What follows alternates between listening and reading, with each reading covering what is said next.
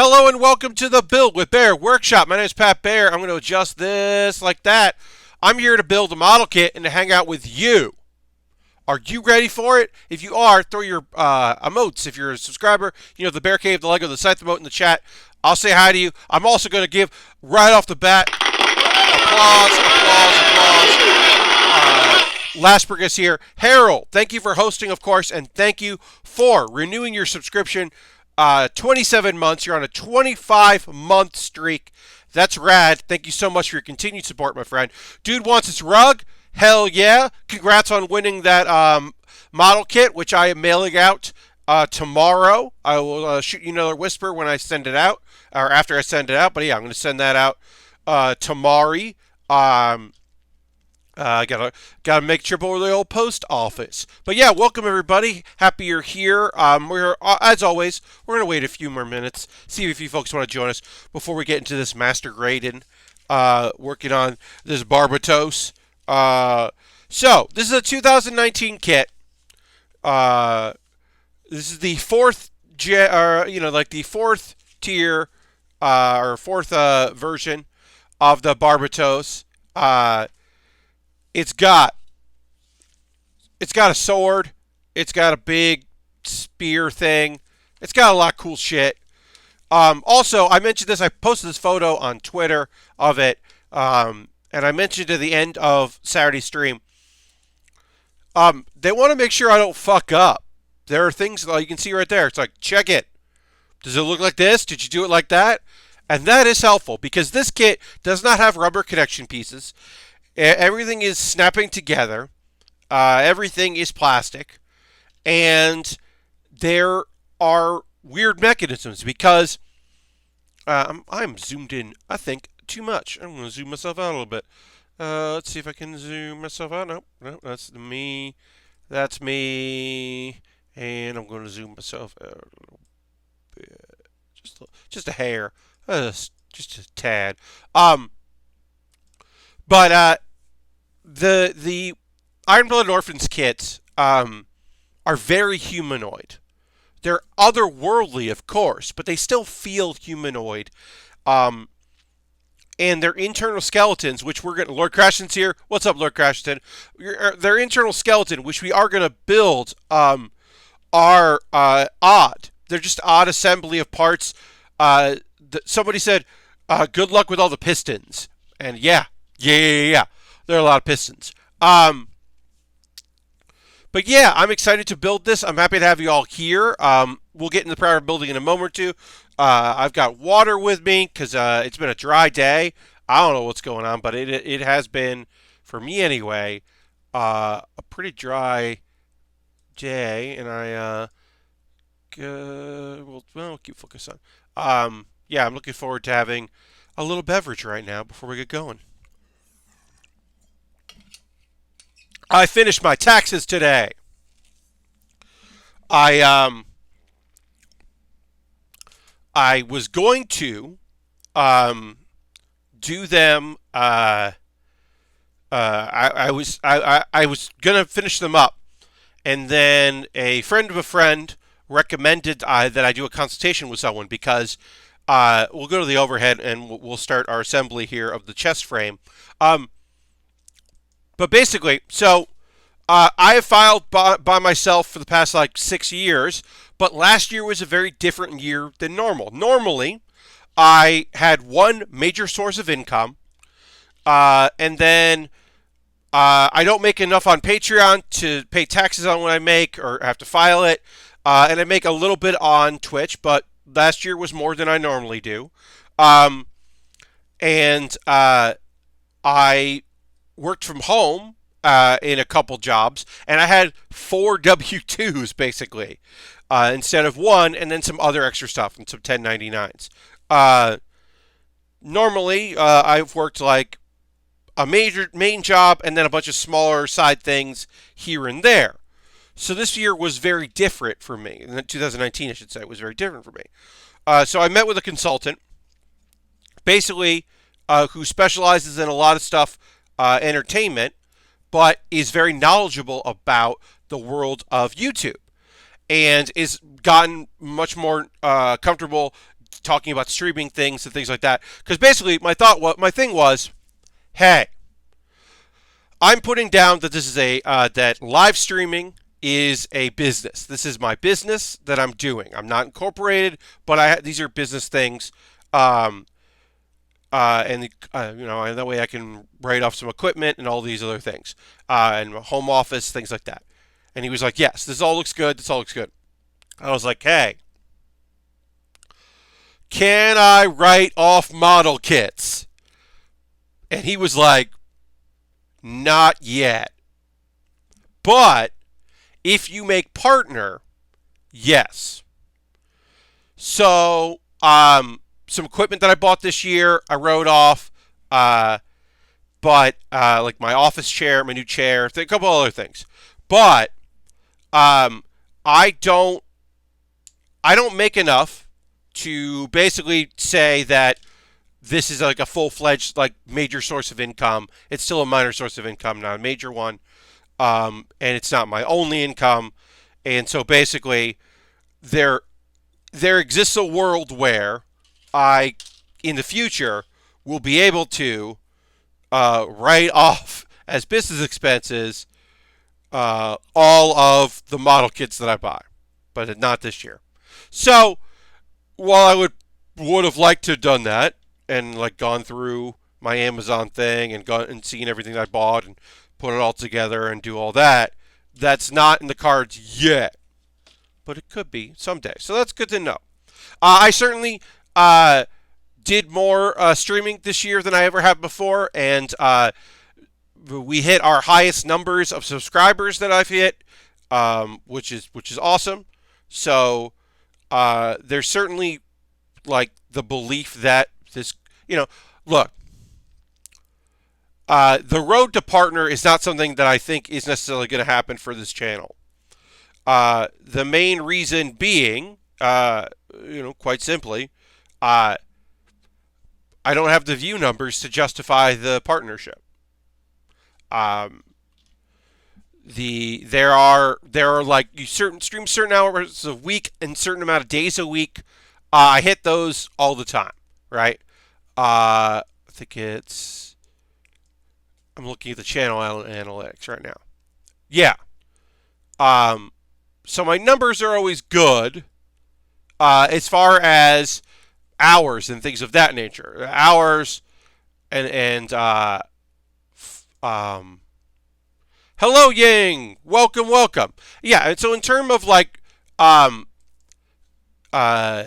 amount of times a week I stream and the amount of hours I stream each week, those are good towards the road to partner, but my average viewer number is not where it needs to be for that to become a reality. And that makes sense. I do a niche thing.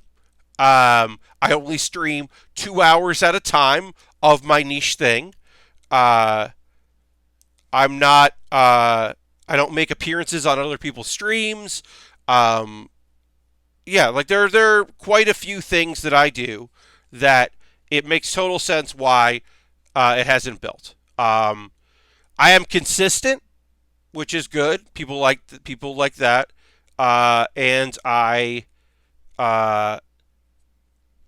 think this is cool. I think it's a cool, fun thing, but it's not like it hasn't, hit the like we haven't had a big jump since January of last year. January of last year, when I announced that I had been let go from my full-time job, people came out of the woodwork. There was a lot of gifting of subs. There was a lot of viewers and attention, and it was great. And that didn't translate into growth of the channel too much, and that's fine. Like I said, my hope would be to eventually make partner, maybe stream 4 nights a week or 5 nights a week. Hello, Ultron. Being partner and having, doubling or tripling my subscriber count would allow me to devote more time to streams. It would allow me to leave my other gigs that I've had here and there It would allow me to, grow the channel and focus on other things and dedicate nights to other activities, broaden what I do. I don't know if I would stream. I would possibly do something like the first hour is games and the second and third hour is building, because I still think, in my opinion, of my my critique of my own wrestling acclimate, that I'm not great after the second hour as far as building goes. I don't know. There's things to consider in that respect. But at the very least, I got the most important thing is I got my taxes done, y'all, and I'm very happy about that, because now I don't have to worry about it for a little while, and that's very good, because I don't want to deal with it for a bit if I can avoid it. All right, so we need D1, which is one of our many pistons. It's time for some pistons. So this year, because of the fact that I did so much, because I did, what was I going to say? Oh, because I did so much like random work, I'm getting very little back from the federal government, but I'm getting state back. Like the taxes that were taken out for the state, like I'm getting a refund on some of that, and that was pleasantly surprising considering what's going on with me. So like I was like, "Oh, wait, what? Oh, good. Please. Please give me uh please give me some money back. That sounds rad." Yeah, and not life-changing, but when it does come in, it'll be good. Uh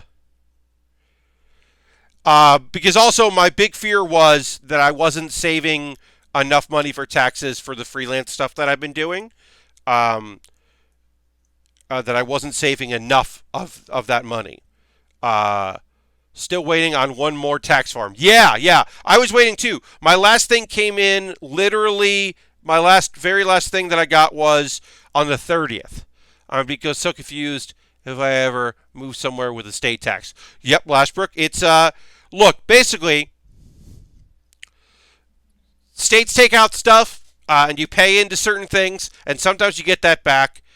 And then not everywhere, but at least the state of New York, if you pay rent and you live in the same place for more than 6 months, that you can sometimes be like, hey, I don't make enough for the amount of money this fucking place costs. Could you like help me? And like, so sometimes you can get a housing credit, which is very nice. It's not all not everybody gets it. It's not a universal thing, but it is a thing that exists, and I was able to get that this year, which is one of the reasons why I'm getting some money back from the state, is because of that, which is very nice. But yeah, it took me a little while to get all my ducks in a row, and to be able to put that in.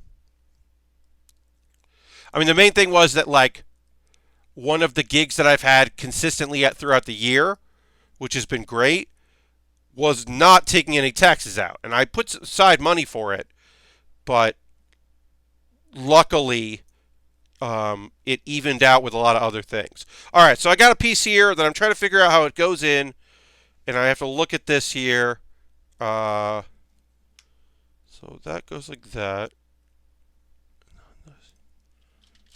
Goes in? No.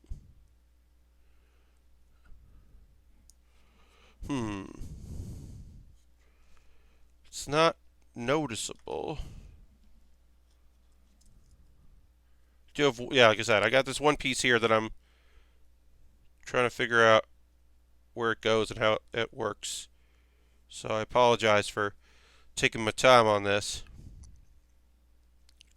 So it goes like that.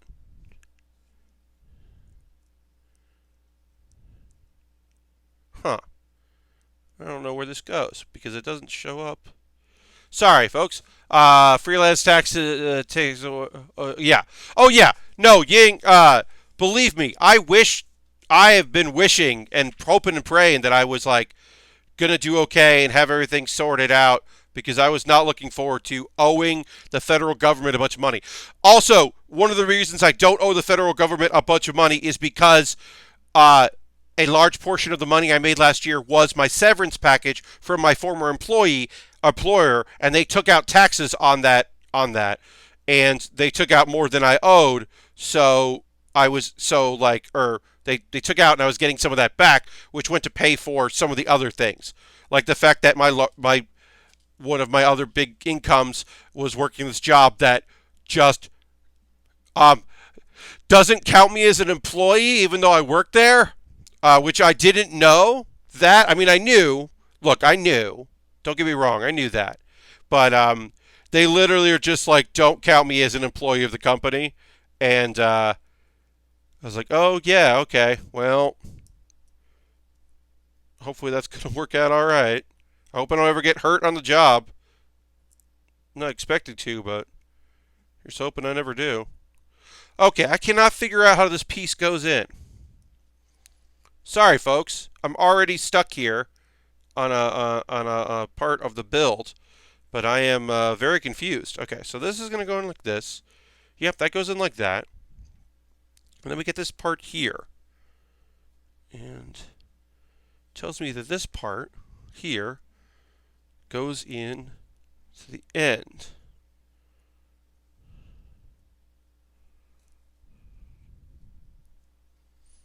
And then when I look at the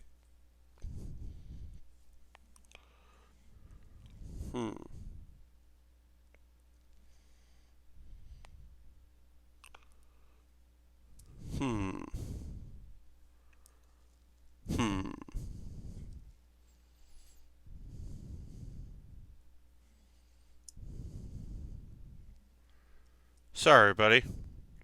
I know this is fascinating, watching me struggle to assemble part of this kit. But, yeah, so having my tax stuff done is great. And just, now also setting it out in the beginning of February is nice because if something is weird, I can get it back. Also, for the first time in years, I didn't use TurboTax, so it didn't cost me an incredible amount of money. It only cost me some money, so that was nice. Does it go over here?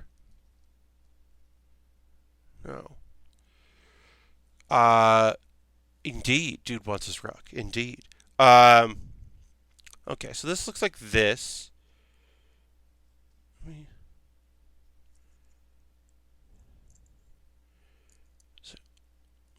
Oh. Am I just looking at this wrong?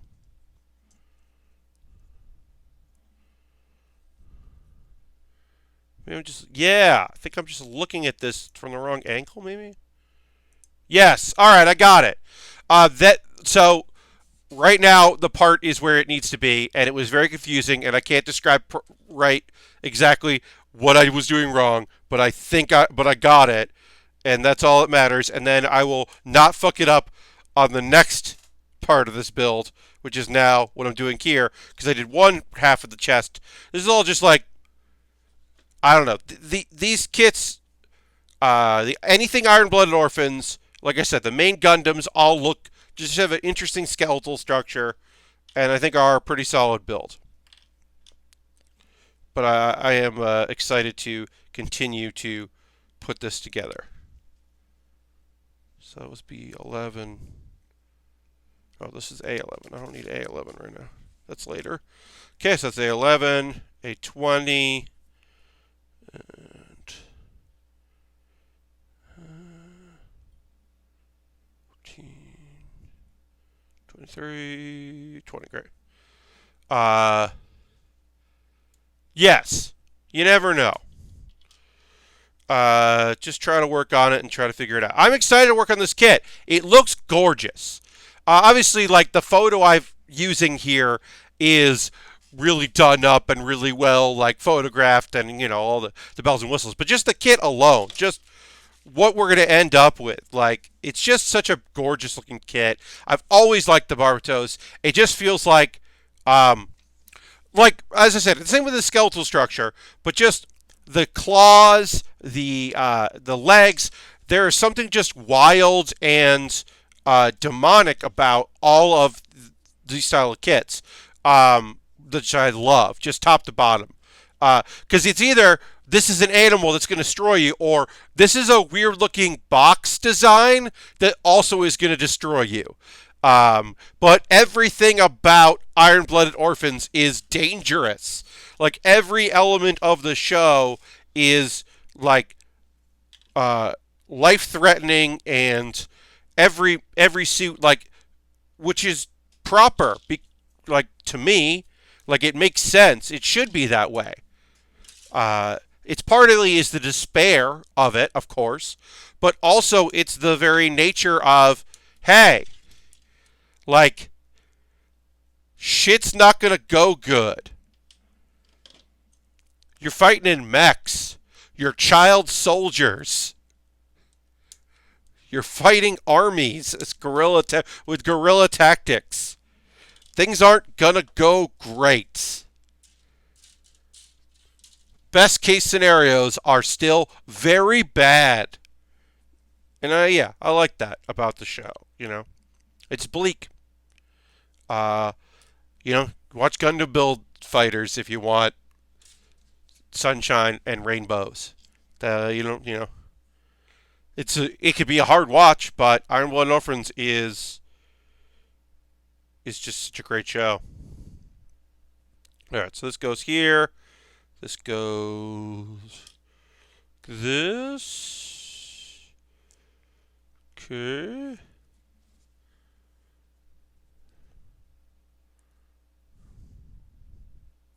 No, wait.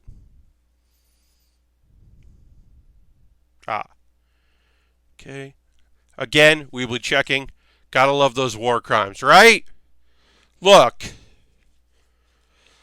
In many ways, it is a product of its time, but its time, like, but it is I think, just a very solid representation of like, hey, it shouldn't always, like, a good Gundam show should have moments of levity and moments of camaraderie and moments of passion and love and victories.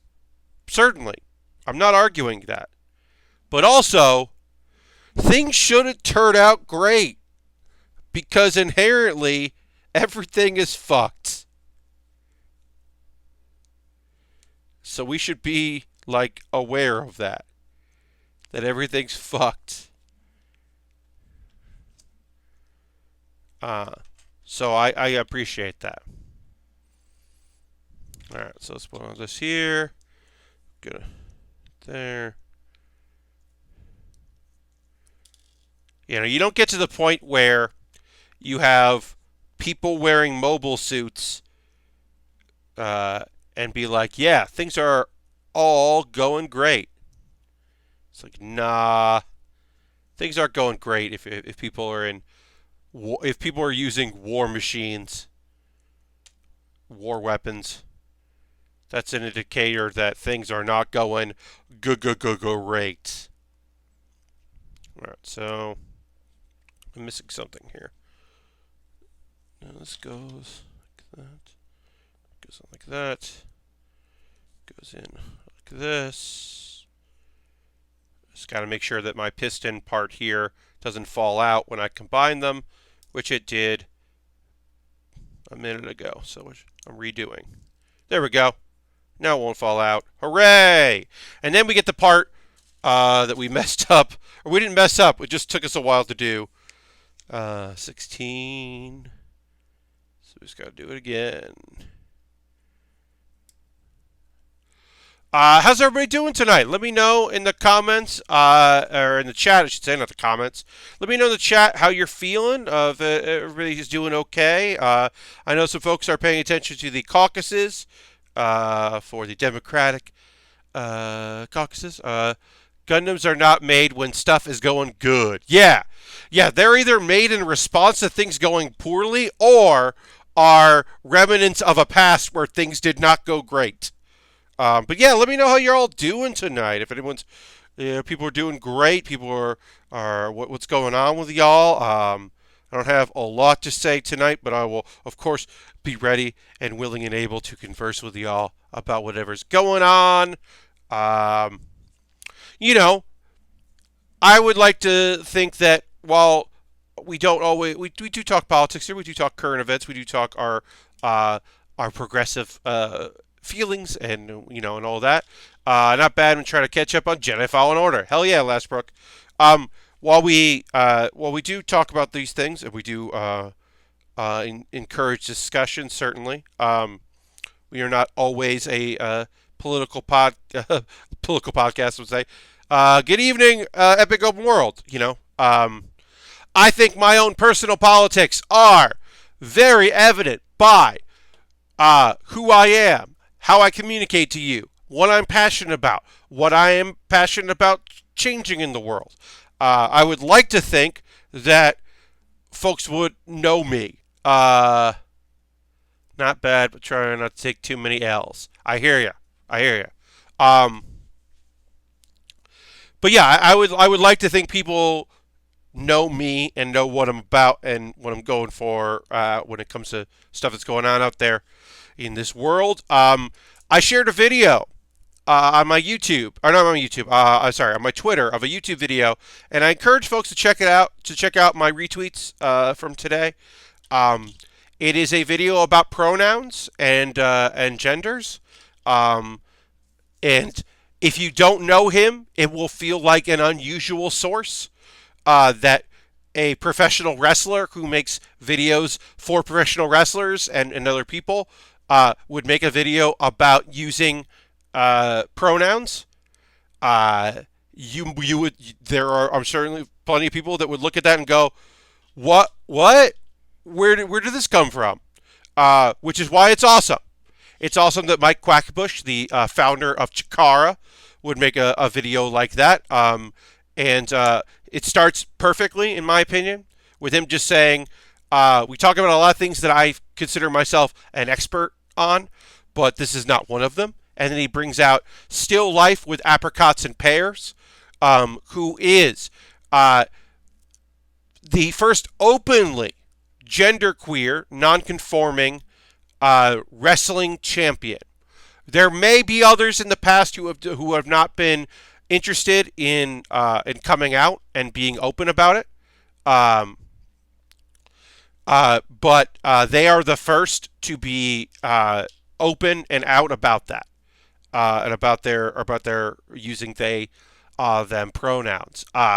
It's a great explainer. It's quick and easy. I feel like a lot of people, for some people, it's like Mike's questions feel like obvious, but it's to me that this video exists for people that don't have those obvious answers, that are looking for more like concrete things and looking for examples. And it's a great video for it. Or is it all my friends' pronouns? Yeah, exactly. Oh, Ultra says I still need to fill out my taxes. Took a long nap before the stream, so I'm still groggy. I understand, and I get that. But yeah, it's a great video. Uh, and it does relate to the world of professional wrestling.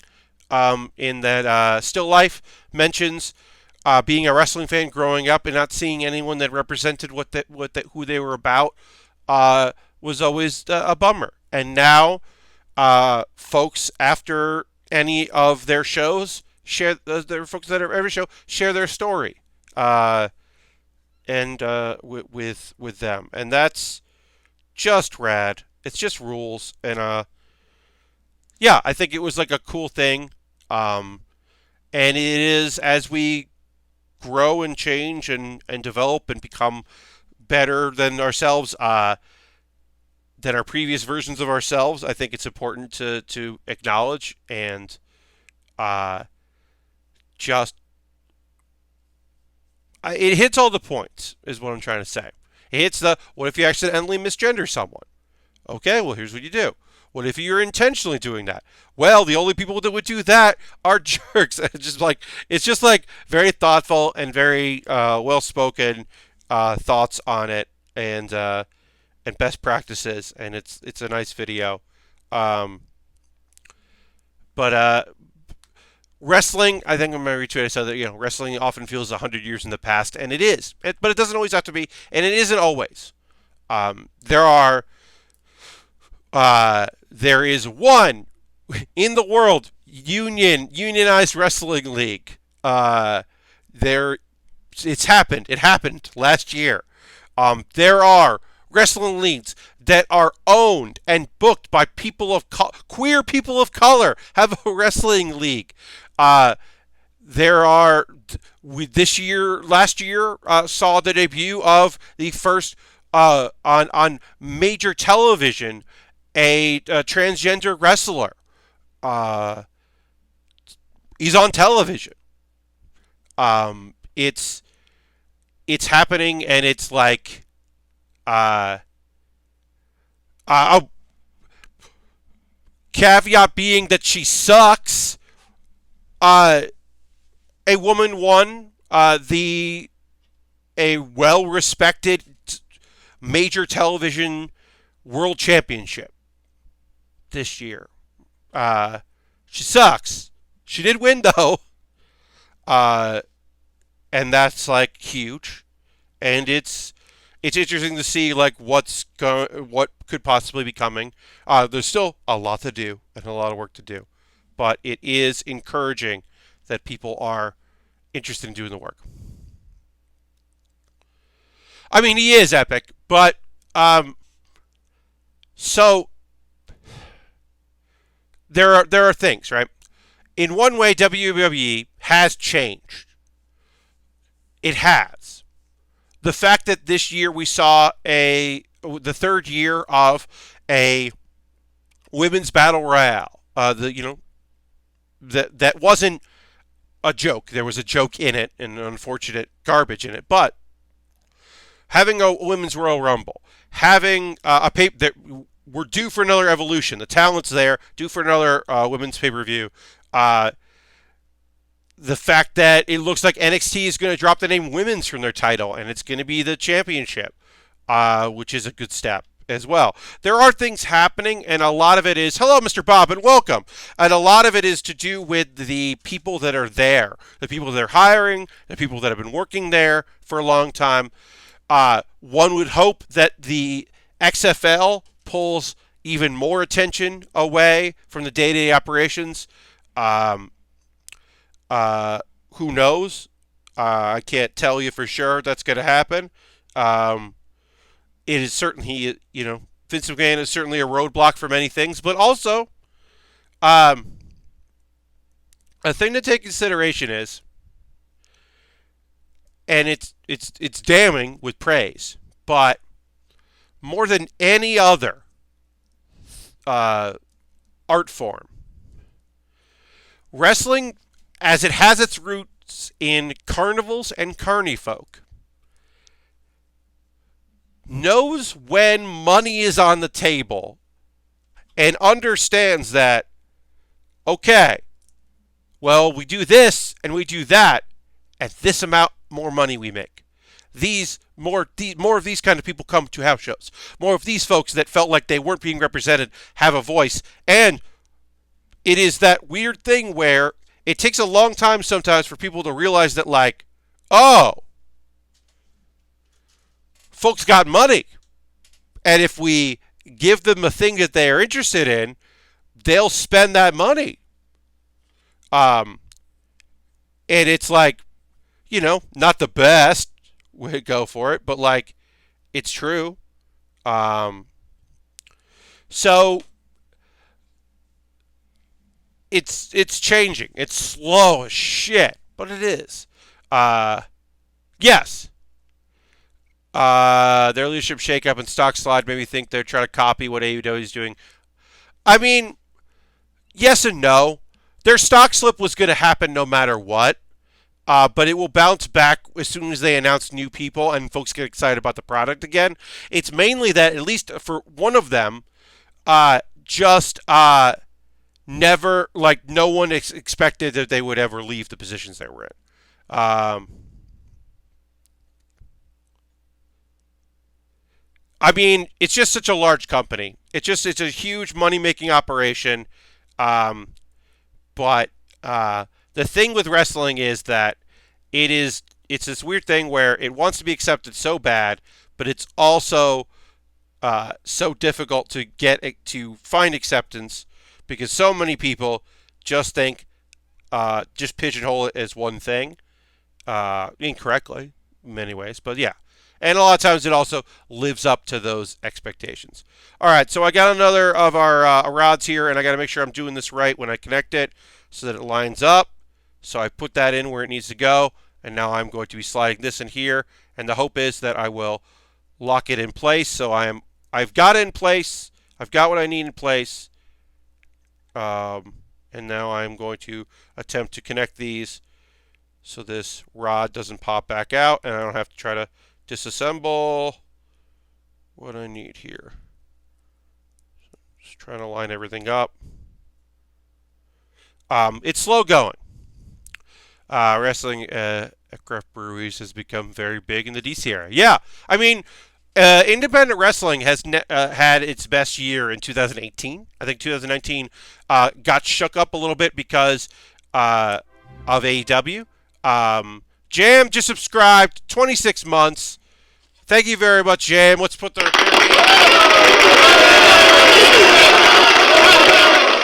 So if you want to see wrestling, nondescript warehouses, something... Yes, certainly.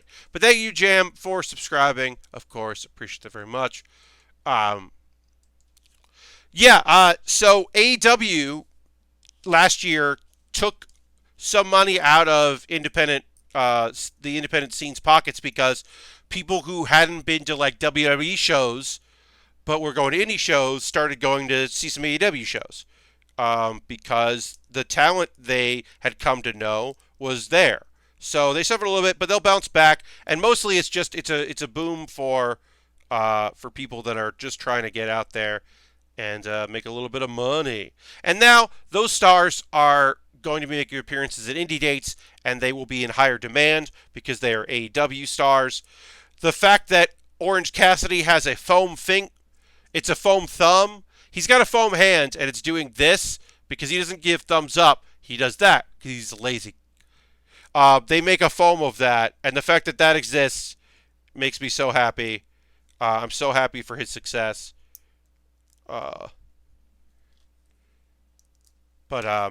Yeah, I think that overall, they're creating new stars, and then they'll go back and do well, and that'll just further it and move people around. All right, so I gotta get this. This has to go in right and stay, and it's not staying when I go to connect them, so I have to be very careful. I have not read the Death Note one shot. I know people were talking about it, and I kind of kept out of the conversation on that. So here's the thing. As always, as with anything, my opinions are my opinions. And my liking of something shouldn't take away from other people liking things.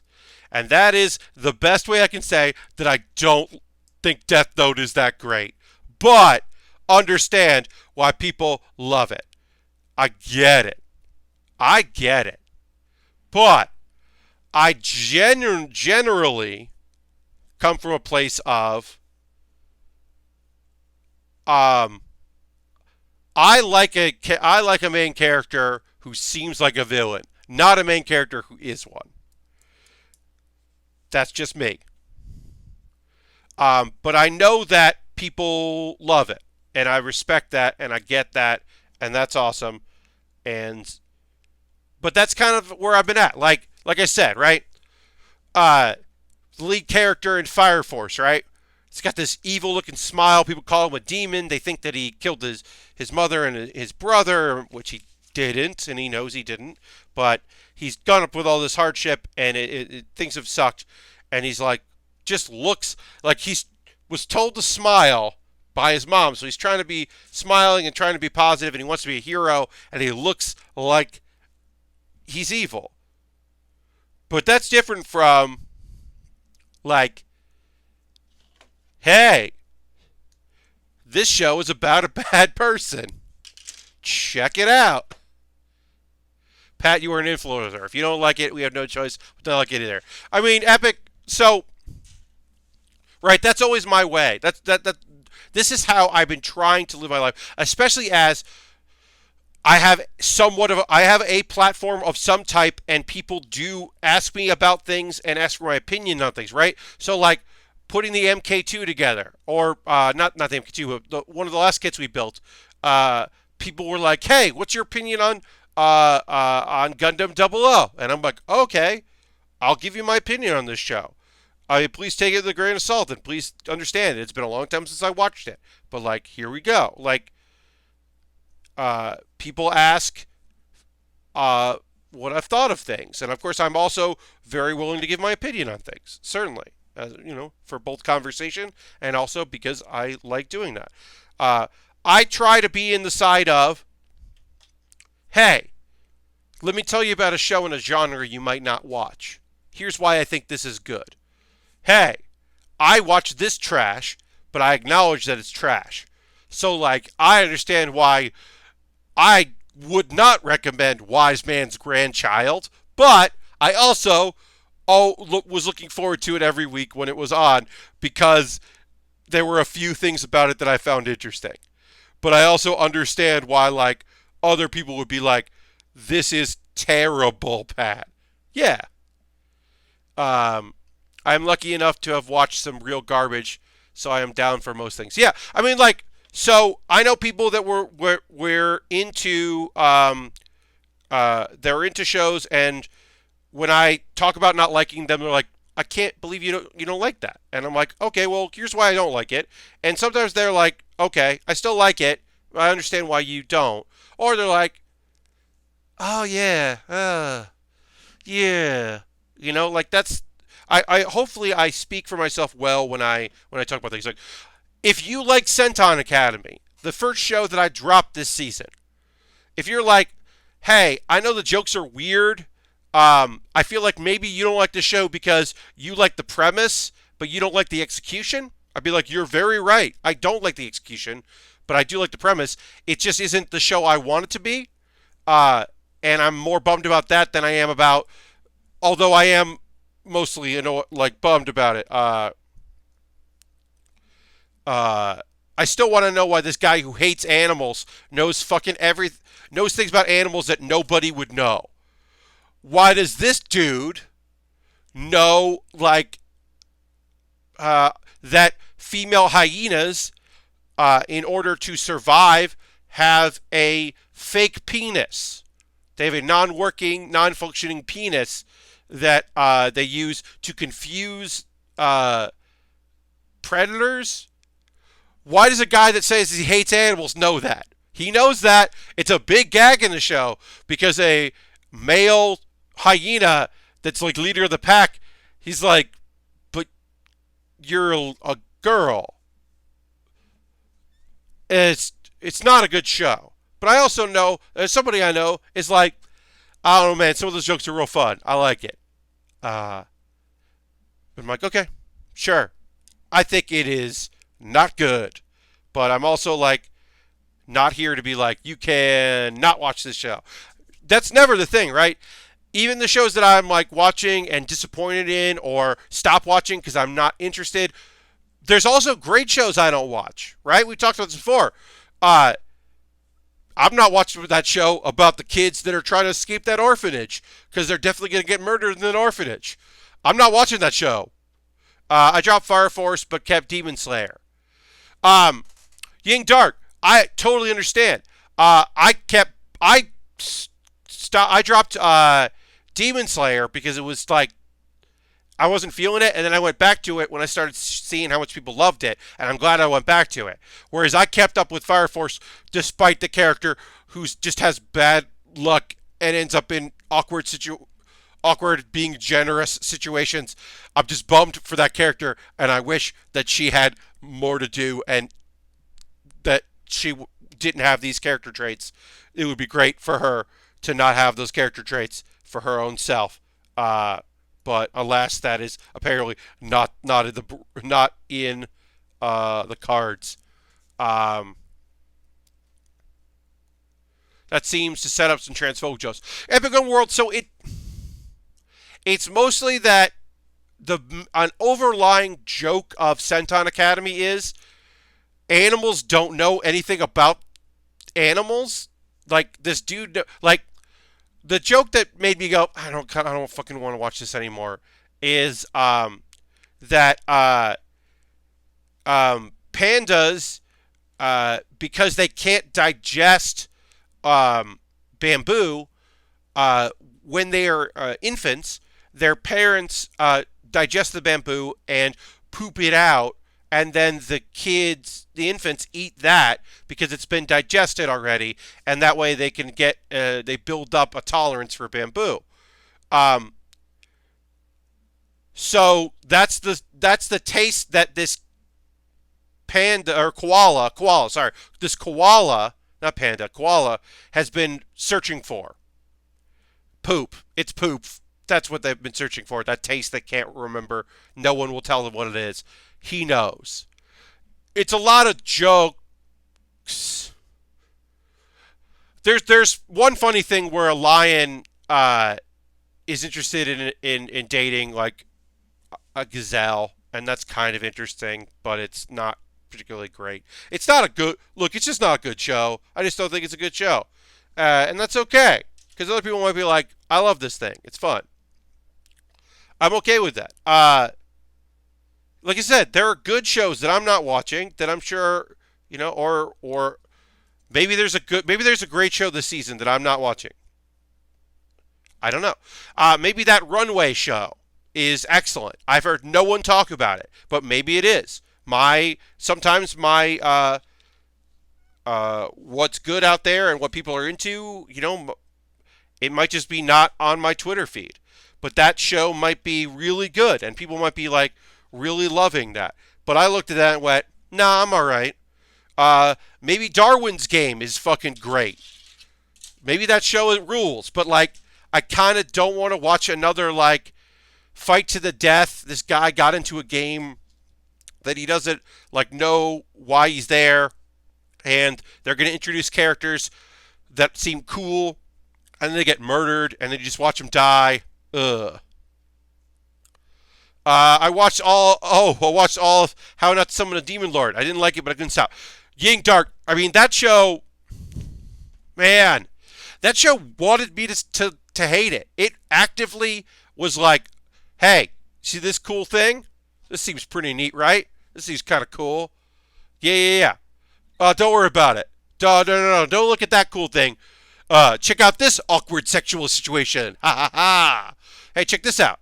Do you like the idea of a actual demon lord being resurrected, but it happened too fast, so she's young and impressionable and like kind of nice, and you could like reason with her? That seems pretty cool, right? Hey, yeah. Well, let's get everybody naked." And she's like, "God damn it. Check this out. This is a paladin who was, her worldview is just fucked up for good reasons. But also, let's not deal with that at all. Or like, in any way, shape, or form." How Not to Summon a Demon Lord is fucking tough, man. So, Ying Dark, if you watch that show, you might like, it's on Hulu and Funimation, Demon Lord Retry. It is basically the same kind of premise in that it is a show about a guy who suddenly finds himself in control of his avatar from a game.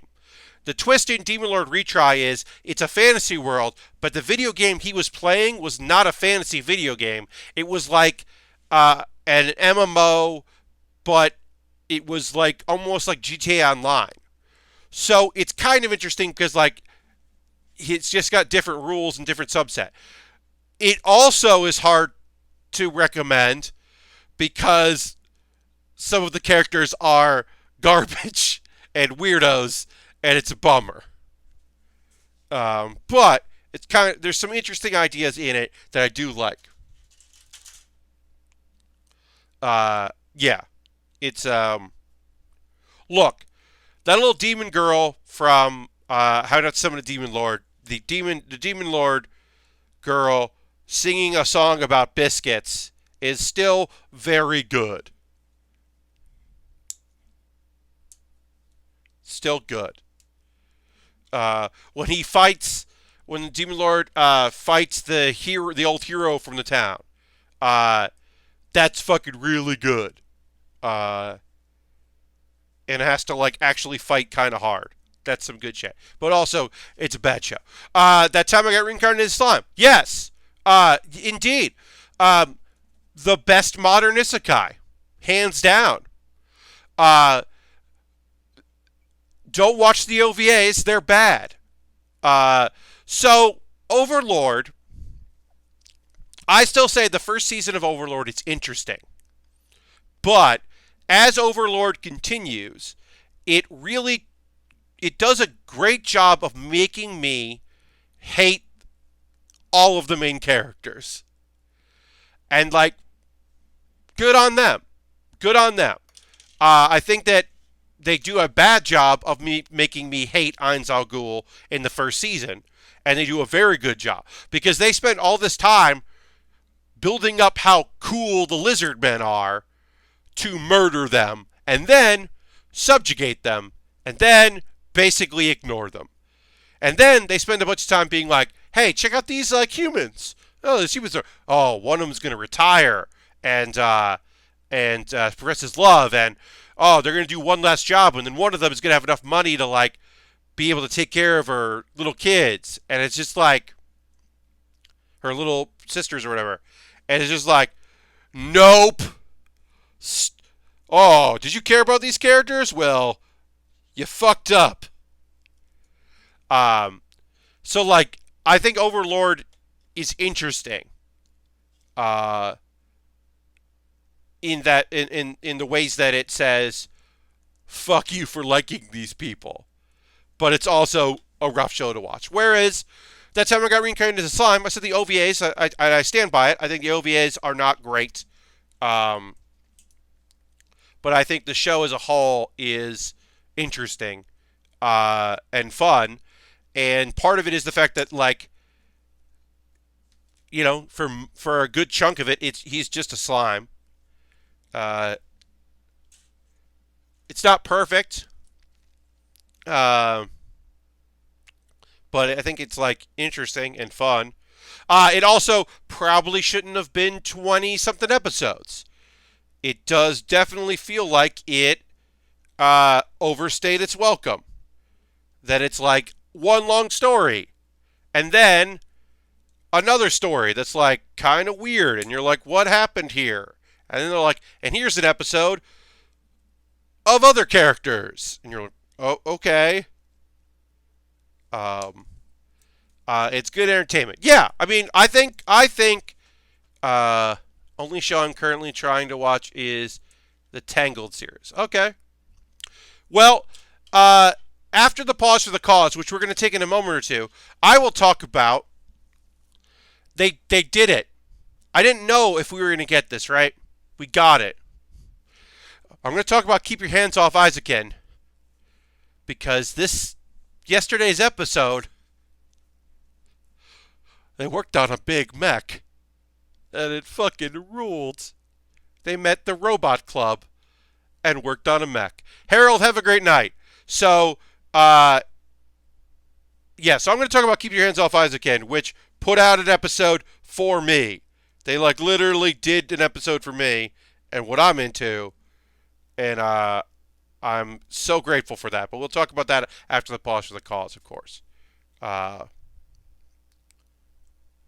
right, so we got a chess piece on here, and then they're like, check it. I am checking it. This hangs over the edge. Great. Really wants me to check it. Check my work. They're like, did you check your work? It's like, yeah, I did. It's like, okay, as long as you checked your work.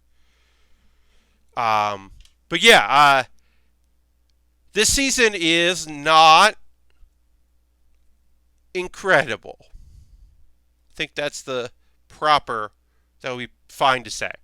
It still has a very good show, but then it also has just like It has a bunch of shows that if it was a busier season, I would stop watching and then watch between seasons. Like, I definitely don't think I would watch Infinite Dendrogram every week if it wasn't like, you know, if it was a different season. Uh, I don't know. Boofery, I would definitely watch. Like, Black Clover, I'm definitely going to keep watching. Like, no problem there. Orphan, I probably would drop and then binge because it's a remake and I don't remember all the moments of it, but I remember enough of it and I'm like, okay, yeah, all right, yeah. Uh, Inspector, I would probably keep watching. Oh, here's the thing. Before we get into the pause for the cause, which we'll do in a moment or two, I'll say this about Inspector that I forgot to say on Saturday. So, as I said, one of the main characters was not in this episode, and that's interesting. There's a lot more to do with the former fiance of our dude, which I did not expect her to be important in the show, but she is, and that's interesting. Oops, this came off. I'll put this over here so I don't lose it.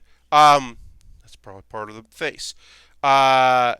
So yes, there's some interesting things there with her like being involved, and like I said, I was surprised about that. Also, so our first like big bad hard to fight is Inspector, right? They're dealing with an idol who died, right? And so they think that this thing is coming back is her ghost or something, or some sort of unfinished business or whatever, because she was probably murdered. Um, but uh, because she was an idol with a TV show, uh, and because the character that or this image of this apparition that's appeared is based on that character, they created a fake anime theme song and anime opening for this fictional anime within the show and showed it. And it's like it just like continues my belief that like this show is just so weird and like such a surprise. In many ways, it's like incredibly surprising. It is not what I thought it was going to be. Um, so I do recommend Inspector. I don't know if it's great, but I do think it's good. And I do think that it's like I said, it is surprising in a lot of its choices. And I thought it was going to be more of standard. Oh, there's someone that can see demons and communicate with yokai, and there's someone who can fight them, and they've teamed up and they're going to do whatever. But it's a lot of like detective work and problem solving, and a lot less like fighting monsters. And that's was a surprise, and it's an interesting surprise. So, yeah, I don't know if it's gonna be great, but I am interested in seeing more of it. So that's Inspector. I just didn't properly get my thoughts out of that on Saturday. All right, so we are going to combine parts of our chest here, and then we will take a pause for the cause, and then we'll keep working on our pieces. So that's going to go into there. That's going to go into there. All right. That went together pretty cool.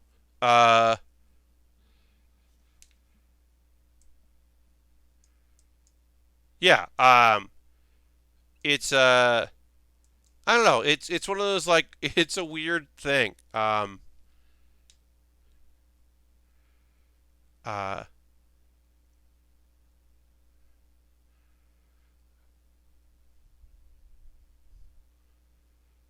I don't know. It's an odd show, but I do like it. Anyway, pause for the cause. First and foremost, thanks so much for watching this stream. If you're currently a subscriber, you can throw the Bear Cave, the Lego, the Scythe emote. If you're new to the channel, this will be short and sweet, and then we'll get back in. We're going to talk about the 3 shows that I watched since last stream. But yeah, if you're a subscriber, you can throw the Bear Cave note. If you aren't a subscriber, hey, it's the beginning of the month. Jump in. $5 a month, or you could use your Twitch Prime coin if you link your Amazon and your Twitch. you can do that. That is one way to support the channel. I'm going to quickly go through different ways to support if you'd like to. You are under no obligation to ever do any of this. This is all optional, and I appreciate it.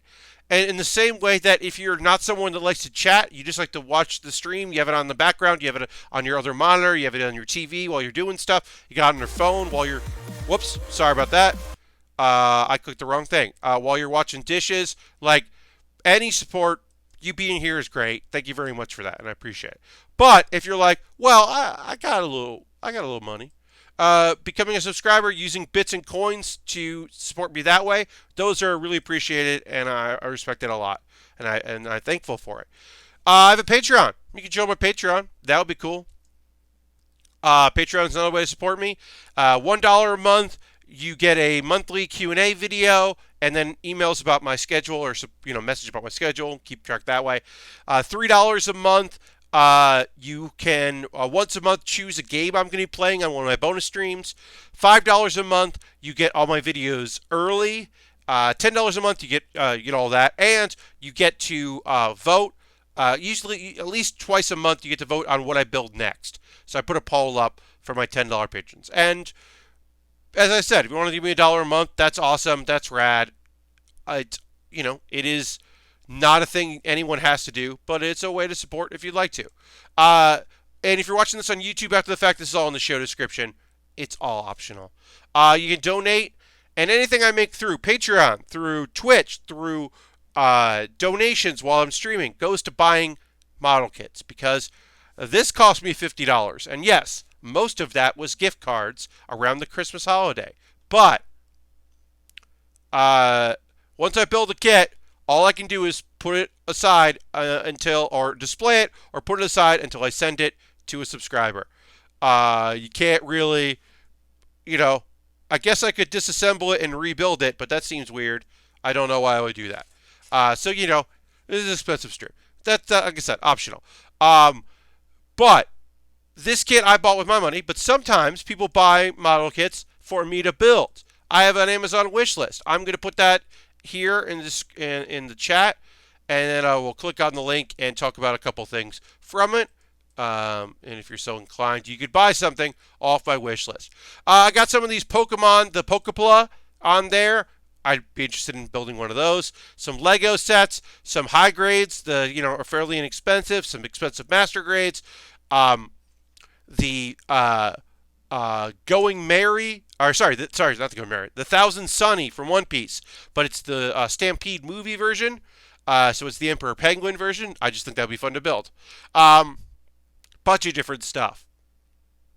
Lots of different options. If you're so inclined, if you're interested, you could buy something off that wish list, and then I would build it on the stream. That's what I do. That is a way to support the channel if you're interested. And if you're like, Pat, I don't want to buy things on Amazon, but I do want to buy you a gift card. How do I do that? Well, you could buy me a gift card from USA Gundam Store. Go to USA Gundam Store, buy a gift card, and then you send me that code. Either a whisper here on Twitch, a DM on Twitter. You let me know, and you send me a code for a gift card, and then I buy something there. That's a thing that we could do. I have a Discord. Join my Discord if you haven't already. It's chill. People post photos of things they're working on. You can see, what kits people are building. You can see what I'm building. If you miss a stream, you can see the photo of what I was working on. I post that there after every stream. And I check it every day. All right. I got a couple links of some stuff. Last Monday, I put out a video for Pat Baer's Anime Club. Pat Baer's Anime Club comes out every other Monday. Yes, Haku, we are working on the Barbatos Master Grade. We are currently doing the Pause for the Cause as my little break where I talk about ways people can support the stream if they like and promote myself for things. And then we'll get back to building. Within minutes, we're going to start working on more of the chest of this kit. But yeah, so Pat Baer's Anime Club is a video series I do. This one is talking about a series that has not had U.S. distribution, and do I really need to pirate it? Or am I? It's kind of a video essay. If you're interested, you can watch that. And then I have another video called Baering the List, where I rank the Black Bulls. I'll have a new video up on Wednesday. But yeah, the Black Bulls from Black Clover, I rank them. I use tier maker. Yeah, Barbatos Lupus Rex. I've done a bunch of the non-graded, the full mechanics for a lot of Iron Blooded Orphans. I love the full mechanics line. They're more challenging than a high grade, but they're still in the 1/100 scale. And they've always got a couple interesting tricks to them. I like doing the skeleton first, so I enjoy that this master grade follows that trend. One more thing, and then we'll get to building, which is just that I'm going to talk about some anime as we get back in the building. So, drink a little water first. I'm going to take a water break. Water. It's good. So, all right, we got more D14, D1s, and B17s. Okay. The Lupus is so cool. Yes! The spear club thing is so fun. And the sword is always good. I mean, look, do I like beam katanas? Of course I do. Of course I like beam katanas. Why wouldn't I? But there's also something very fun about, like, oh yeah, this thing's got a sword, which is why I like the Astray Red Frame. Because the Astray Red Frame is just like, I got a bunch of swords, don't worry. My swords combined into a bigger sword. Don't you worry. No beams here. Yeah, I like that. Always have. So we'll need B17. B17. So, Keep Your Hands Off Eizouken is the best show this season. If you were like, Pat, what's the one anime show I should watch this season? It would be Keep Your Hands Off Eizouken. Because it's fucking great, y'all. It is an anime about high school students who want to make anime. Two of them very much want to make anime. One of them really wants to support their friends and make money. And she's the fucking best. And it's them. Well, the anime club exists, but the anime club is really about watching things, not about making things. So they start the film society with a focus on making animation. And it's very evocative. It's very visually stunning. You see a lot of their drawings come to life. It's this episode, as I said earlier,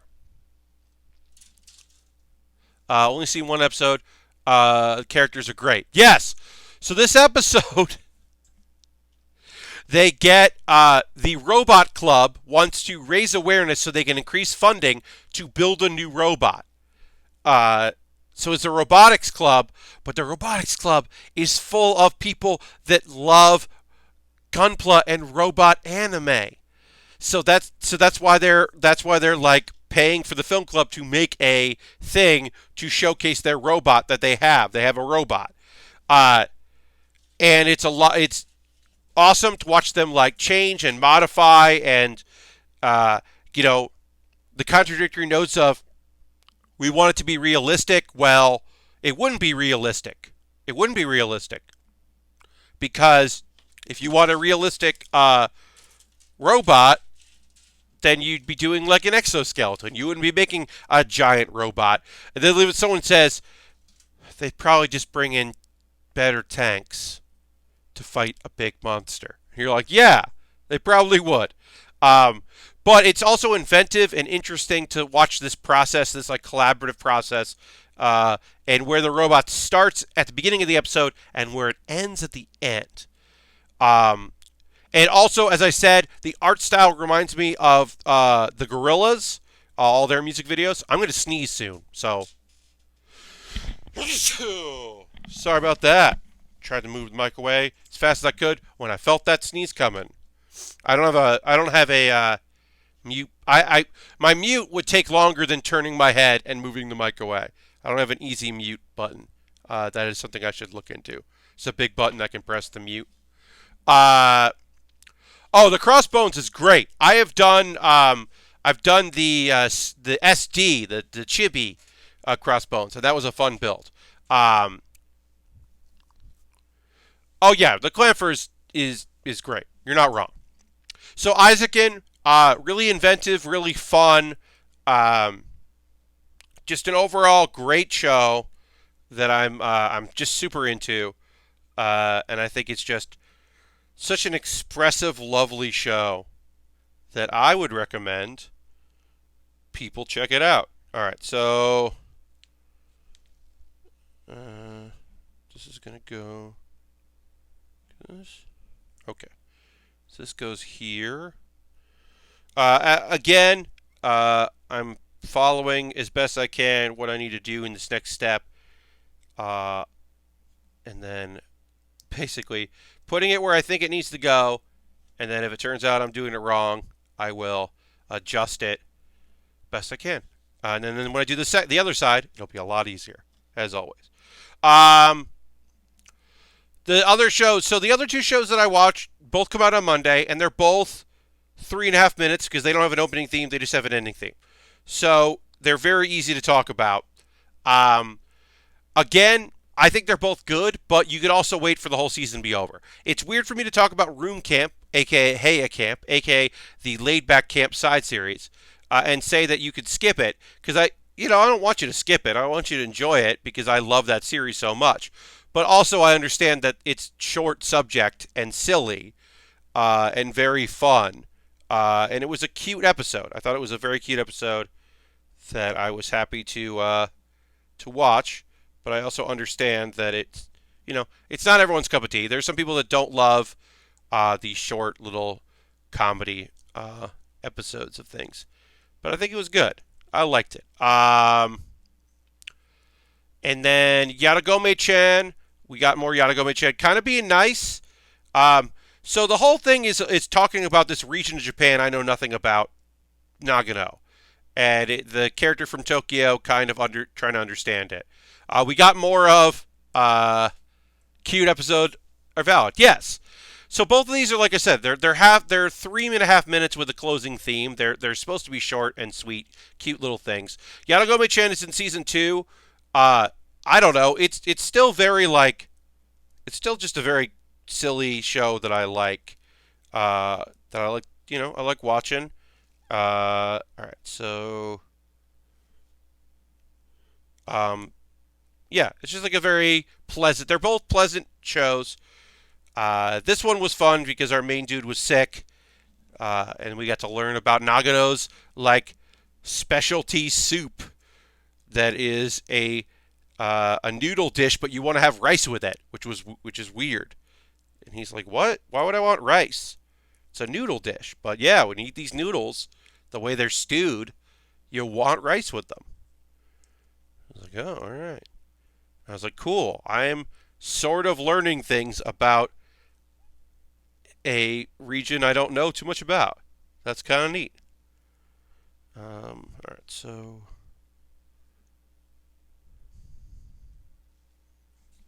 I'm looking ahead here to see if. All right, so it's gonna go like that. I'm gonna look at the skeleton here.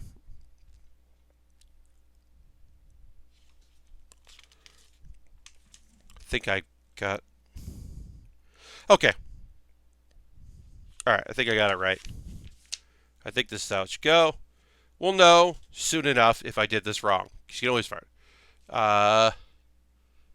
Starch just starts crying. It's right, Solve? Yes, also hi, Solve. But yeah, I think both those shows are very cute. Yatogame-chan, it's silly. It's fun. We met the teacher last week, and I would have liked a little more with her, but whatever. And then I'd forgotten that a character in the show, his younger sister, is scared of Yatogame, and I think it's just funny because she's very intense. But yeah, all right. It was cute. It's a cute show. But yeah, not room camp, but I could probably get down with that though. Yeah, Indeed. But what was I say? Oh yeah, so the whole idea of room camp, like, look, are they just silly little things? Yes. Yes, they are. Does it? But it does tide you over until season two, which is what I'm waiting for because I cannot wait for season two um, uh, of uh, of Layback Camp. Just can't wait for it. Just so excited about it. Yinder says, can't wait for Premiere and One Piece Stampede to hit DVD. Yes! Stampede was so fun. Stampede was so fun! It was just a really solid, great show. Uh, Ultron, I just saw your message. Thank you. I'm gonna write a tweet or a text back. Gonna say thank you. Thank you, Ultron. This is very nice of you, my friend. Appreciate that. Uh, all right. So it needs 21. See 121. Uh, all right. Um, what movie? Oh, I think it came out. I'm interested in the Demons. Not the the Goblin Slayer movie. So Goblin Slayer was a show that I bounced off of almost immediately. I was like, you know what? Fuck this. That first episode, they added a content warning to it because people were not prepared, myself included. People that read the manga certainly knew that that first episode was going to be some fucking grim, dark shit. But I was not prepared for it, and I was not pleased with what I got. So eventually I did go and watch it. And while I don't think that it's great, I do think the characters are interesting. And I do love the idea of someone who dedicates themselves to doing things that are very necessary but aren't flashy. There are people, like literally in that, there are people saving the world in that anime, but it's not the Goblin Slayer. Goblin Slayer's doing his own thing that's also important. So I do like that. Um, So I did like eventually come to somewhat appreciate that show. Again, I don't think it's great, but I do think it's all right. So I am interested in at least hearing what that movie's like or what that is going to be. So I'm kind of interesting. He just slay goblins. Yeah, slaying goblins. Yeah, I'm sure he's just slaying some goblins. But I don't know if it's set after the end of the first season and we get to start seeing this like hero academy that they're starting to, like the adventuring school that they've talked about in the end of that show, because so many heroes are adventurers are like alive, and the idea like so many of them came together and collaborated that like they were like, huh, that was pretty cool, weird. um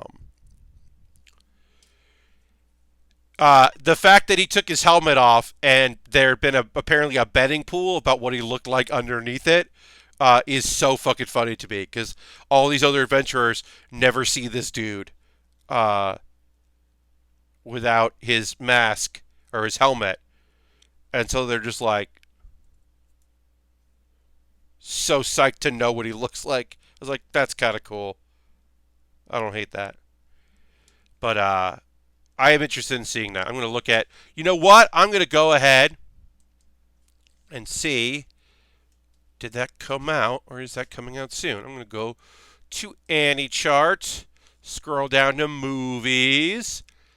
Uh, okay, that did come out on February 1st. Okay, so that did come out. All right, I'll have to keep an eye on that and see. I don't think there was a U.S. screenings. New York, I mean, I'm in New York, so sometimes shit does come out. Uh, Movies showing up on things are often rough in the U.S., obviously. Uh, let's see. I know that came out because I watched that. Um, and Yeah, nothing else OVAs coming out that I'm like, oh, there's a. Oh yeah, I knew it was that. Blah, blah, blah. Yeah, nothing else coming out soon that I'm like, yeah, yeah. Like I said, this season, eh, some of it's been good and some of it has been less good. Um, it's mostly a pretty bland season. We talked about this, how weird it is that there aren't any. There are like, there's like one isekai, but then there's also several things that take place in virtual reality. Two of which are games. One of which is, I think, like a murder investigation thing. But the only isekai is just the director's cut of ReZero, leading into the second season of ReZero. And how odd that is, because it's a very popular genre. So it has been weird to like I'm not watching an isekai right now. That's weird. I've also started to do some preliminary clip collecting for Pat Bear's Anime Club live at PAX East. Um, I will be doing a panel called "Yelling About the Shows We Love," where myself and my fellow panelists, will be talking about anime that we enjoy, that we yell about all the time, and we're just going to be like, attempting to sell it to an audience. I'm going to film it. It will not be streamed, but I will be filming it for my YouTube, so people can check that out there when after I put it up. And I think it's going to be really fun to do that panel. So yeah, so I started doing the preliminary work of like getting some stuff together, and then I realized, oh, I can't make all of these slice of life shows. I could make all of these slice of life shows, but I actually don't want to do that. So I will have like at least one to two things that are not that are like different genres. Like I was like, and then I was like, oh, okay, well I'll add this. Oh well, now I just have a bunch of shonen in slice of life. So like I don't know. I want to do one like it's not necessarily like, oh, I'll do a sports one, but I want to do one that's like a little different, a little outside of my normal thing that I'm super into, because I want like I want to encourage people to try subgenres they haven't watched before, right? Like it's hard for me to say like, "Hey, check out this like shonen" to people that don't watch shonen if I'm not also watching sports anime, or if I'm not watching dramas, or if I'm not watching like psychological thrillers that I, genuinely they're not my style. Watching a horror anime for Halloween last year, like yeah, did I pick like another isn't, it isn't the most gory show, and it's weird and got like interesting characterizations in it, so it was enjoyable, but it was also like a good show that I'm glad I watched that I otherwise wouldn't have watched. So like I was happy that I tried it. Um, and that's kind of what my hope is for that show, for that panel. And my other big like major point that I'm going to try for is um, if one of us recommends a show, it's okay to recommend something if other people on the panel don't necessarily like it. The goal is to, be honest if that's the case, but not um, be like aggressive. Like if someone picks, I'm gonna look up it. I don't. One of my guests gave me a list, and I don't think they're picking one. Uh, oh yeah. NHK ni Yokoso. I bounced off that thing almost immediately. I was like, I don't know what the show is. I'm excited if the person that submitted that as a possibility ends up going with that. I can't wait to hear them talk about that show, and maybe I'll walk out of the panel going, all right, I'm going to give that a try. Like I wasn't sure about that one, but seems like a thing that I should give a shot to. Like that's interesting. Um, so like I said, I don't know. I don't know if that's gonna work, if it's all gonna work out, but I'm excited to find out. Um, uh, like I said, in the same way that I'm gonna talk about some shows that I'm sure people are gonna be like, nah, dude, I'm not watching that. Uh, I was like, oh, I'm going to pick one show that has a lot of episodes, and then I realized that three of the shows I've been thinking about have had multiple, many, many seasons, and I was like, oh no. But one of them, you really only need to watch like the first two seasons because it's a bit of diminishing returns. But the first season, but also the first season is like 30 something. It's a lot of episodes. I was like, oh no, I just picked a real long show. Whatever, it happens. All right, so it's going to go this.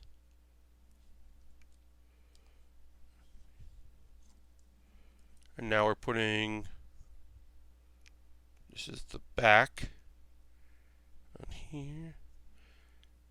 Our head will fit on this when we finish that. We'll put this here.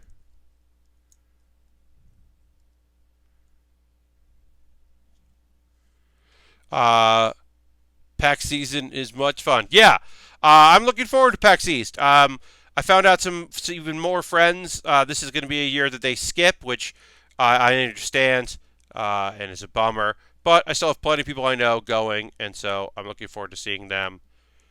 And I'm also looking forward to being on a bunch of panels. I'm producing 2 panels, and I'm on right now 3 other panels.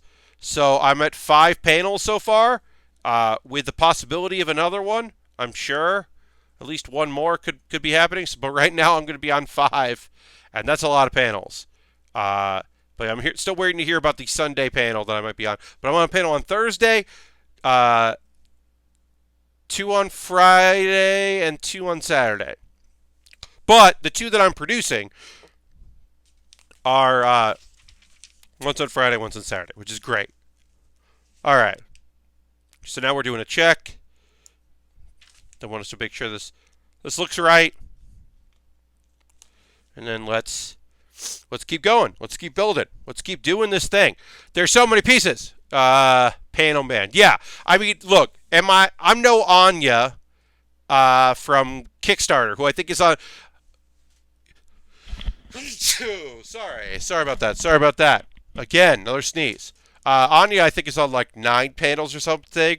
But also, like, it makes sense that she's on a bunch of panels because she's on in like information and informative panels, like panels for people that like want to do crowdfunding and want to like whatever, and oh, this thing in games and all that. And I'm on all goofy comedy panels. Literally none of my panels are like, at least at PAX West last year, I did one panel that was like about networking. So it was like a little like, okay, this is better than nothing. But I mean, look, I'm not dissing entertainment, and my panels are really great, but they are just all goof 'em ups. They're all goof panels. Got a Thursday goof. I got my goofs. I mean, Pet Bear's Anime Club is going to be an earnest panel. I want people to walk out of there with their new favorite show. I want people to be tweeting at me going, "Hey, what was the name of that show about this?" Like, I want that. I want to put up a list on my Twitter of everything we talked about, and have people can go like, "Oh, is that the show? Okay, well, what about this one?" Like that. That's what I want. I want like that to happen, and I think there's good likelihood that it will. All right, so this is gonna go. This.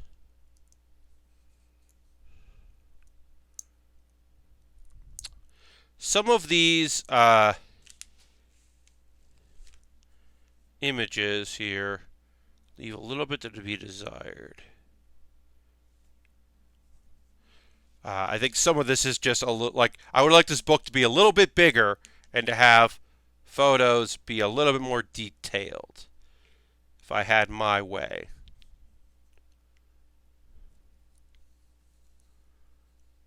Some of this is just not great.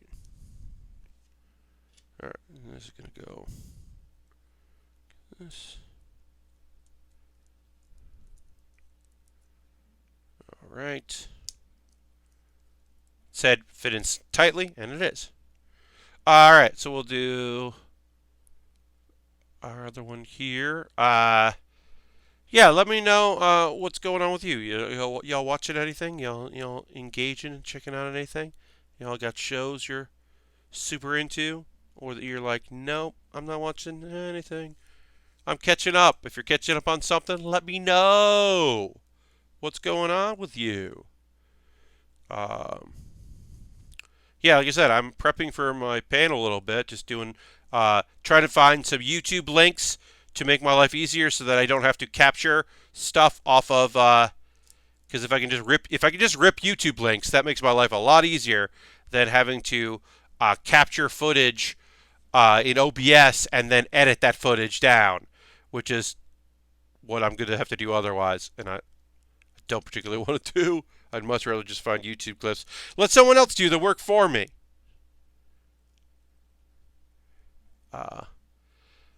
Been watching King of the Hill to cheer me up after the bummer that was Veronica Mars Season 4. Okay, yeah.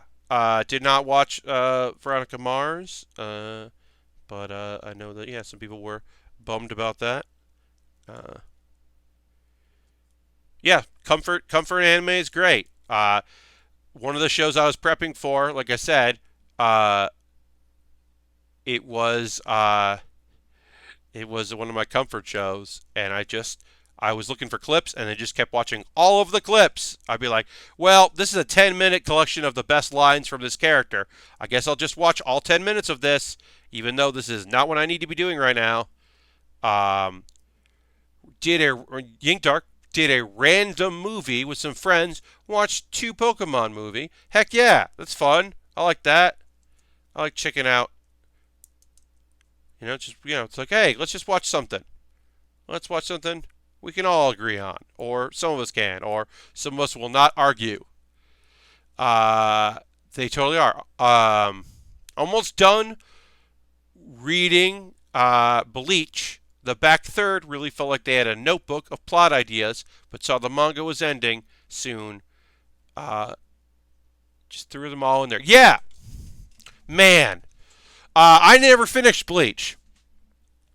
I got to the part where our dude, it was revealed that he was a third.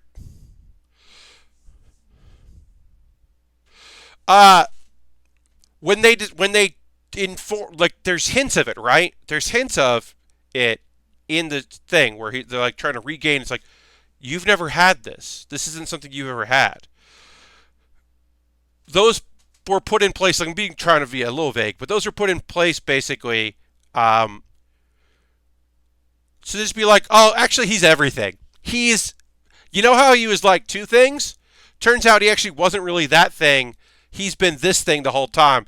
And his manifestation of this thing was to pretend to be another thing, to protect him, but he was never that thing, because it doesn't actually make sense for him to get that. But yeah, there's some Bankai bullshit that I was like, wait, what? I remember reading and just being like, what the fuck? But yeah. God damn. Talk about, like, needing your main character to be everything.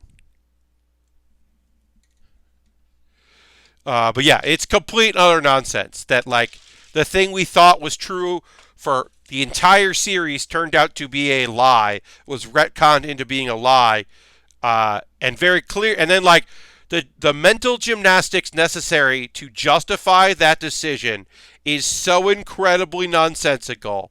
It's unbelievably goofy, the amount of work that had to be done to justify that decision was unbelievable. I love Bleach design. Oh yeah, I mean, look, the anime. Also, the music of the anime is so good. Uh, we've talked about number one. Uh, I played number one. I got demonetized on a video by playing number one because it's unbelievable. It's, oh, it's such a good theme. Um, it's one of my favorite anime like character themes. I think yeah, the music's so good, and I think the character design is really great. Um, also, uh, one of the things I love about Bleach is that like the house style, the art style. You know who everyone is. There's a dozen characters who are wearing basically the same uniform, but you're like, I know who that is. I know who that is. You don't confuse character. It's very. There are a couple that maybe look a little too similar, but like you're like, I know who that is. I know who that is. I know this. The silhouettes work really well. That you're like yeah, just the flavor, the design is so well done. The character design I think is so great. You can be like, oh nope, that's Kenpachi. I know who that is. Oh no, I know who that is. Don't worry about that. Uh, Page layout is real good. Yeah, I've read. It's been a while since I read the manga, and I didn't finish it. Like I said, I got to the point where it is revealed, the legitimate secret is revealed or whatever, and I was just like, meh, meh. But yeah. Well, Lashbrook. Uh, I like the pacing of One Piece. Uh, but I think that it is uh, the time skip is bad. I think the time skip, like, look, a time skip needs to happen in anime because our characters like our main characters meet characters they can't defeat, right? And then, of course, for some reason, in every shonen, uh, no bad character ever gets stronger during that break. They just stay the same, which never made any sense to me. I'm sure there's an anime that's handled that well, but I can't think of it off the top of my head. An anime that has handled the very concept of also, oh well, they got stronger too. Uh, but this time skip is real bad. It's real bad. I mean that. Okay, here's an example. Dragon Ball Z does a time skip well because their time skips are in the time chamber and only affect 4 characters. At most. That's a good time skip. That's like, hey, we need these characters to be stronger, but we don't want to well, how do we get around this? This is a trope that we need to deal with. I like that because it's nonsense in a way that I can appreciate. But most time skips are bad. But I do think that the One Piece time skip, yeah, DBZ has actual. So like Lashbrook, so their time skips are their time skips are not. We need to train for a bunch of years. Their time skips are, well, the story doesn't really happen for a while until it happens again.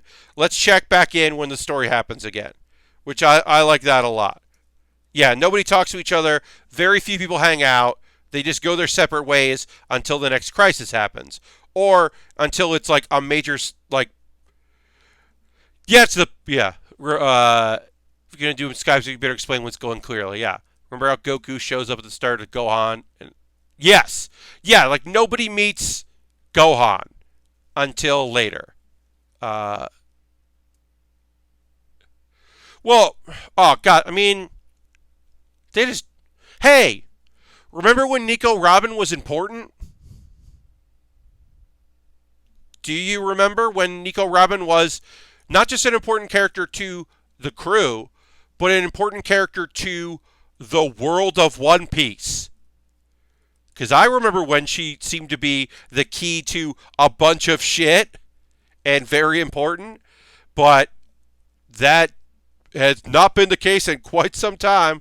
They're kind of just like, whatever. We got other stuff going on. I'm not caught up on the manga. I don't know if that changes, but damn. She used to mean a lot. She used to be very important to the show.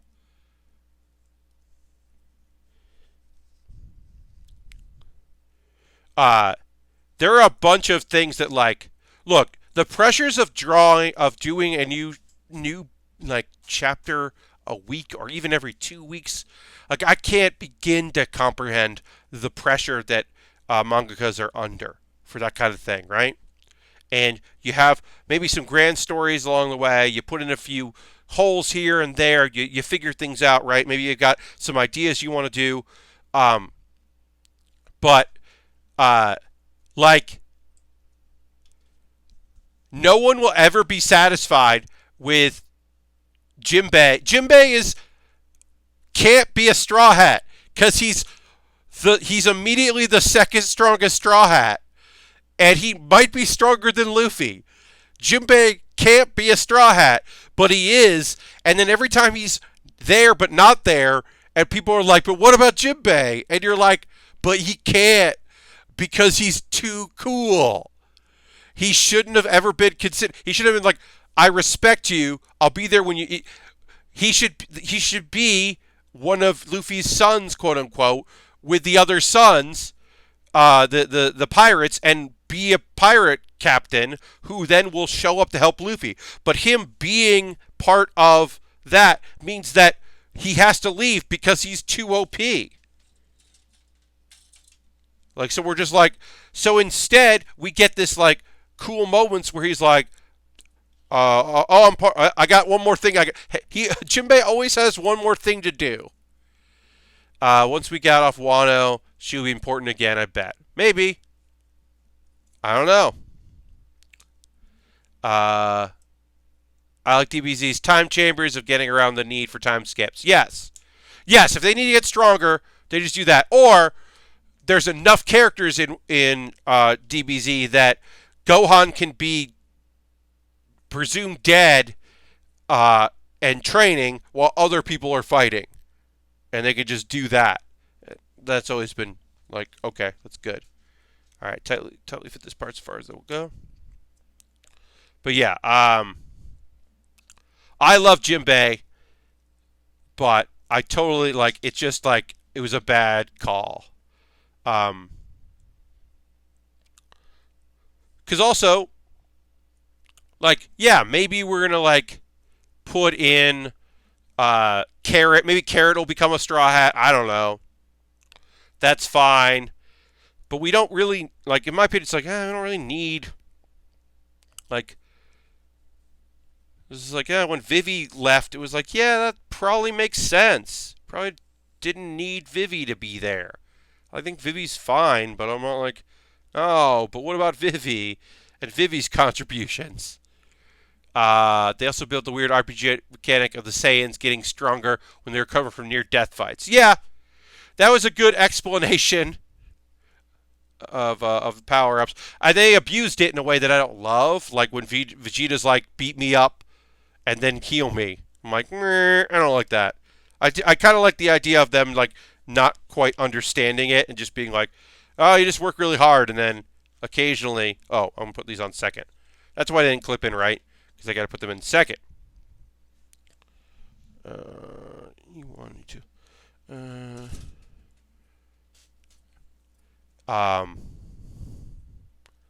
I don't know. Talking about One Piece. I'm not watching right now. I just don't have any motivation to watch jailed Luffy. Like, hey, that just doesn't make sense. Like, I can understand especially the Wano. A big part of Wano is fear and all this, but like, it doesn't make sense to me that Kid and Luffy are alive. It just hasn't been justified to me at all why these characters wouldn't have been murdered when they got defeated. It's just like, is he letting them live so they can get stronger so he can beat them again? Because that's terrible. Epic Open World One Piece has been going on for like what? Old. I know the manga is like 20 years old. Uh, okay, yeah, no. The manga is 23 years old. 22 and a half years old. Uh, Serialized in Manga Anthology Weekly, Shonen Jump since July 22nd, 1997. Whew. Uh, and then the anime came out in 98. So it was actually out that long.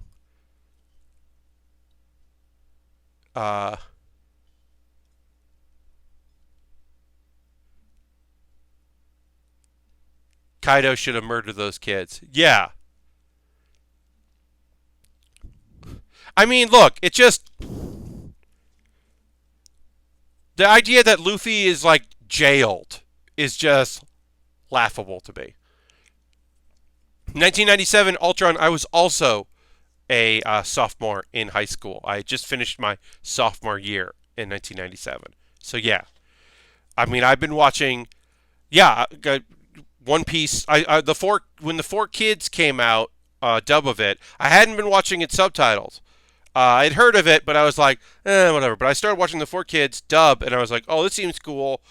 I'm probably gonna get the fan subs of this at some point, or wait for the releases and watch them that way. Because I knew the dub was bad. Well, somebody told me that Sanji smokes, and they bleep it out. I'm like, okay. Why is it still going? Epic Open World. I mean, it makes it is an industry. There was some article today on Crunchyroll about the there is a One Piece like stage experience, like a stage show thing. That there was some big thing. It just hit some sort of big like amount of money that I can't remember. I can't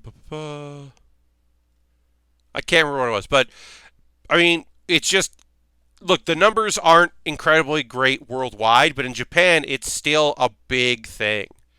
One Piece is still a really big deal. I can't find the article, but like the live action thing is the like live action experience is huge. People are into it. The Stampede movie did very well. It continues to make money, and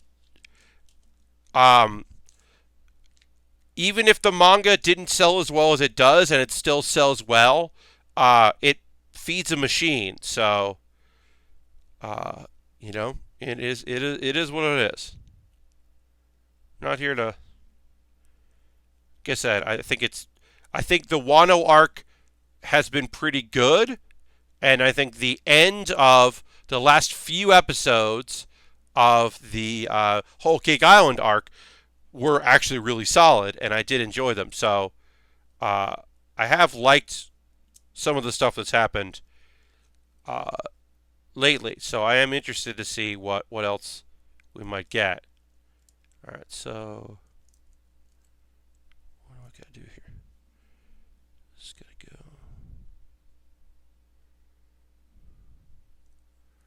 I am interested to see where it goes. But yeah, it's just popular enough. People still like it. It is still an institution.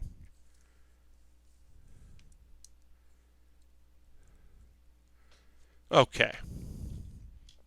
Lucky to be a writer on the show like that. It seems like there would be no original ideas left. Well, I mean, translating manga to like translating things like There have been liberties and interesting things that were done with the anime. I mean, some of which are filler material and not great. That show's tough to write on because you have to like stretch stuff out so much to stay behind, like just to not catch up to the manga and thus have to take a break. Which is a big problem for One Piece because it started so soon because it was an immediate hit and they were like, make this an anime. And they probably should have waited a while before they did that. And they did not wait long enough. So they constantly have issues with that. But, yeah, I mean, like, there's some stuff. There's some liberties that are interesting. But I don't know. People make it work. All right, so this goes in like this. This chest comes together weird as every part of this kit. There's just like a lot of weird shit that I'm like, I think I'm doing this right. This doesn't look right. And then I put it together and I'm like, nope, this is right. Okay. So like what? This is the chest. It's like a weird just amalgamation of parts. Like it's not done yet, but there's the cockpit because there's still like part of the front has to go on and we'll put the actual. We won't do the side parts. We'll put the actual. I-14. One thing that's nice is, so if you wanted to do the skeleton, you would see this gold piece here. This is a sticker. This gold piece is a sticker on the full mechanics. So in the full mechanics, this would just be a sticker that you have to put over and like fold over. And this one, it's actual plastic, which is cool.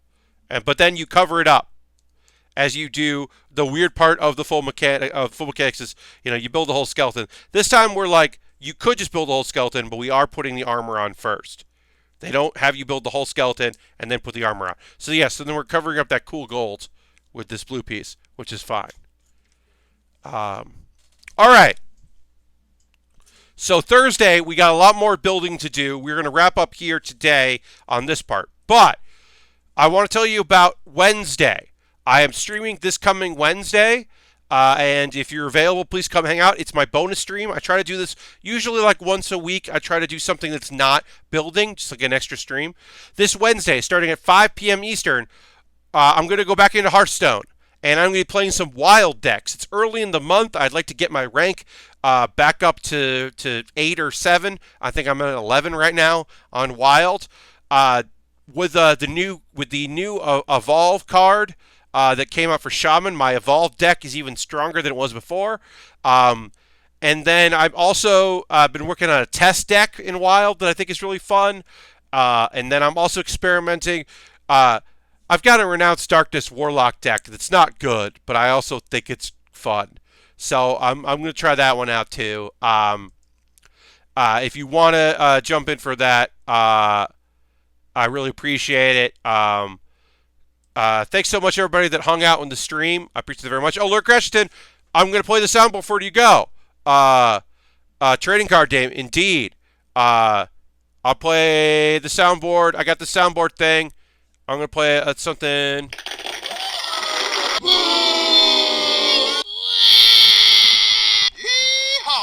Gotta play that hee-haw sound. With the clutch soundboard, indeed. Thank you very much for watching. I'm going to play an ad. You don't have to watch it, but if you can watch it, that would be great for me. Thanks so much. Wednesday, 5 p.m. Eastern. Thursday, 9 p.m. Eastern. Back to building. We're going to finish this chest. We still have more to build on it, and then we're going to start the head and put the head on this thing. Thanks for watching. Bye-bye. Goodbye, goodbye, goodbye.